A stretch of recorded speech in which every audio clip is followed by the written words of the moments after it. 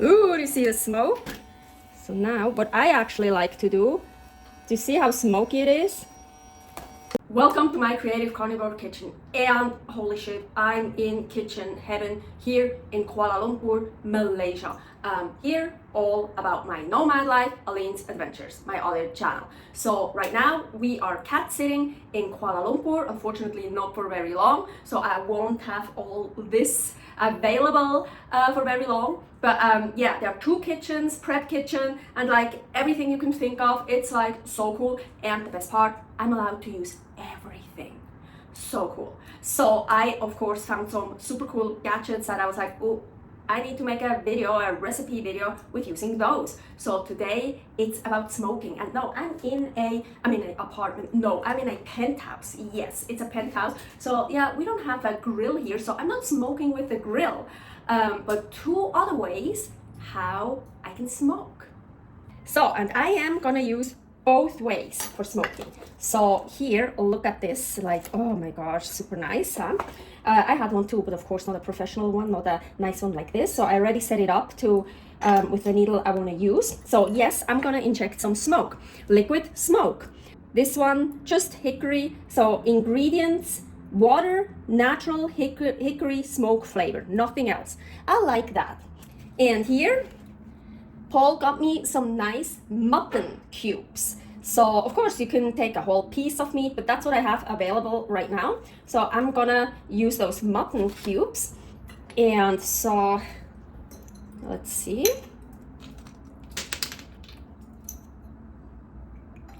Oh, that was exactly what I was afraid of. So of course, this is totally just liquid, the liquid smoke, so it will just go right through this. That reminds me at home, as much as I love this, in Reno, I used to have syringes from the hospital with like tiny openings, and it actually worked well with water. So, but now here I want to try to make it a little bit thicker. An egg yolk, so I separated egg. The egg white I'm gonna use for something else. Here is a video about many different ways how to separate eggs. So I'm gonna add this to the liquid smoke.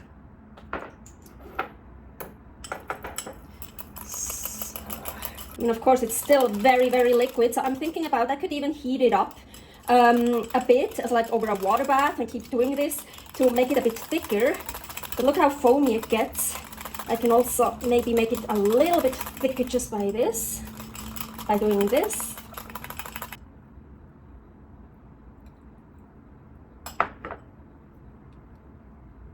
Ooh, no, ooh, I'm so good. Okay, that actually is gonna work, I think. Yeah, I kind of would prefer having a big piece of mutton, you know, and then inject it everywhere.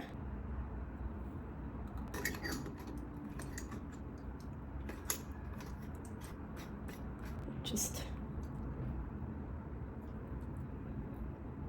oh! It's kind of clogged up. Oh, that's why. Yeah, it's actually running out now. It was kind of clogged up. So I'm just gonna try it.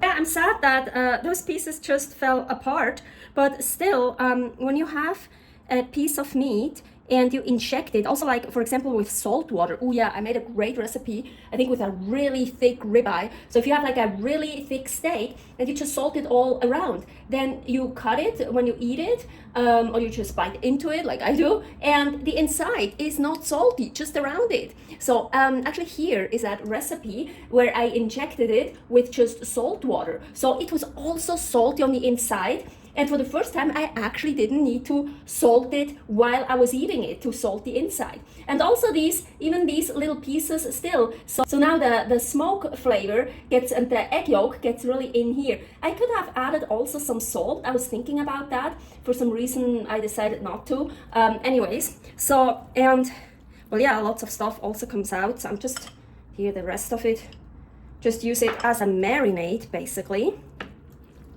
Oh, it really smells smoky. I think I used a lot of the smoke, the liquid smoke, much more than I actually wanted to, but well, yeah. So now here, the second way of smoking with a smoking gun, actually. So super cool. I already used it. She has lots of wood, different woods I can use. Well, this here is probably gonna get smoked a lot now, but I'm gonna show you also with this mutton here. So it's super easy. You just plug up this one in here. And this goes in here. Put some wood in here. Of course, this is smoking wood. It's not just any kind of wood, it's for smoking. I think it's oak wood flavored with bourbon, something like that, yeah. So now you don't want to smoke up the entire place. So I already used those for smoking chicken yesterday, so I like reusing stuff if it's still good. I tried to seal it very tightly here, but I still have a bit of an opening here because if I seal it very tightly, it won't work. It does need some air. So now, let's see. So you can turn it on 1 or 2. I usually always turn it on 2, the strong one. Ooh, do you see the smoke? So now, what I actually like to do see how smoky it is? Now I like to turn this off, take this out, and trap the smoke in there. Really want to try to trap it. Now I want to seal it everywhere so it doesn't come out anymore. And now I usually just let it sit for a little bit. So you did see, I was shaking it a little bit and stuff. I took it off and then I stirred it around and I did the same process again. With the chicken breast, I just like turned it over and did it again. So it's not the same like on a smoker, on a smoking grill, of course, but it still works. I just ate the second chicken breast while I was working here because I was so hungry, and it's really smoky, and I didn't use any liquid smoke, so just the smoking gun. But this here, I'm not worried about not being smoky. This will be super smoky, I'm sure, with a liquid smoke, with a smoking gun. And here, this actually gets pretty hot. It's still hot. So I usually just leave this until, I don't know, after a while, after this is not really hot anymore, and then I discard the leftovers in here. I don't do that right away, of course, because it's still hot, and then I would burn up the garbage or whatever. And you see, there's still, it's been sitting here for a while. If I open it, I'm gonna open it now. Look at this. So I really think this works the best when you, yeah, put some smoke in there and then really seal it up. And yeah, of course she would have a pressure cooker, a slow cooker, but no, I don't want to use this. Do you see this? Le Creuset. That's at best. Super expensive. Everything, well, not these I think, but all these are Le Creuset. Ooh, so yeah, I want to use that one. Okay, I'm gonna put all this in that beautiful Le Creuset pot. So, ooh, it smells smoky. Whoa, holy shit. I have to close that. It smells so smoky. So now, I also want to add some other ingredients that I actually have to get rid of because we're gonna fly soon to Australia.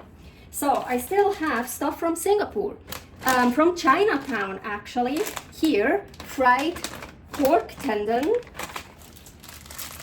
dried scallops, and I don't know if those are from Singapore. I don't think so. I think those are actually from last time we were in Malaysia, from Penang. Dried squid. Yeah, by the way, here is a video about Chinatown in Singapore. I'm sure all those ingredients I would also find here. Kuala Lumpur also has a Chinatown, I'm pretty sure. So I'm gonna put all of the pork tendon in here. It looks like a lot, but it's actually not. So that is really Chinese, I think. A lot of Chinese recipes, they have like dried scallops in there, but I think it's more for the flavor. And I have leftover, I'm not gonna use all, but so I'm gonna put some of the scallops in it, and I actually like it to have some seafood flavor in there. So I always like to count them so I know how many are in there and then how many I can I have to find to get them out if I want to take them out. So six of those. And yes, I also put that one in here. Just because I have all that stuff. Lots of salt. I want the scallops and the squid like more like in there. Like so. Now here I have filtered water. Malaysia, don't drink the tap water. I want to cover it. I could even use a bigger pot. But oh, it smells smoky.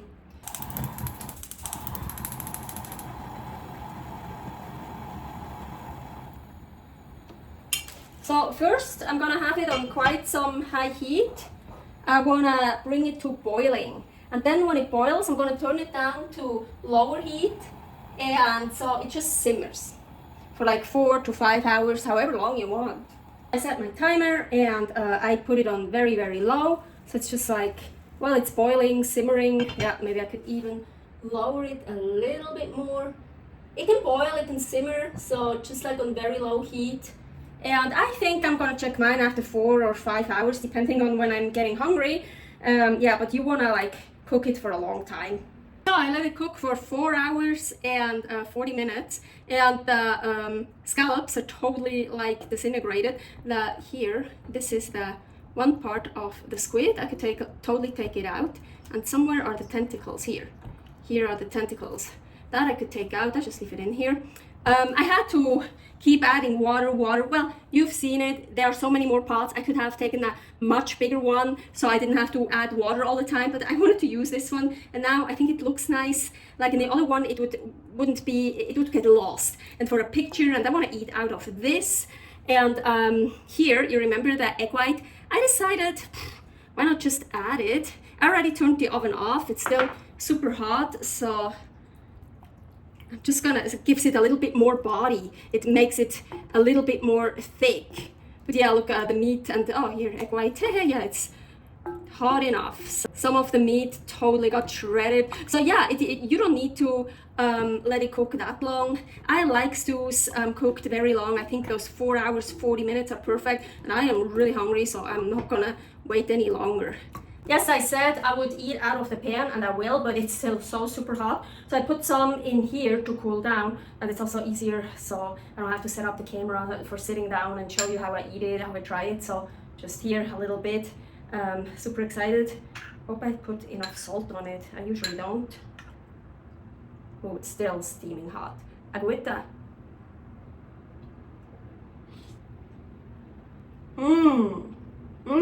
Oh yeah. Oh wow, smoky flavor, nice. Not enough salt, of course.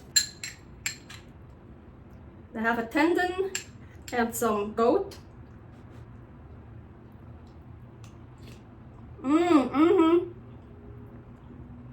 Now with more salt, holy shit, yeah. I was scared it would get too smoky because I used so much of that liquid smoke and then also of the smoke from the smoking gun. Perfect, really nice. It's like melting on your tongue, and it is so good. It is so good. I love it. Thank you for watching another episode, Creative Carnivore Kitchen, here in Kuala Lumpur, Malaysia right now. Here, many more recipes, and here all about my nomad life, Aline's adventures, soon to be in Australia. Servus!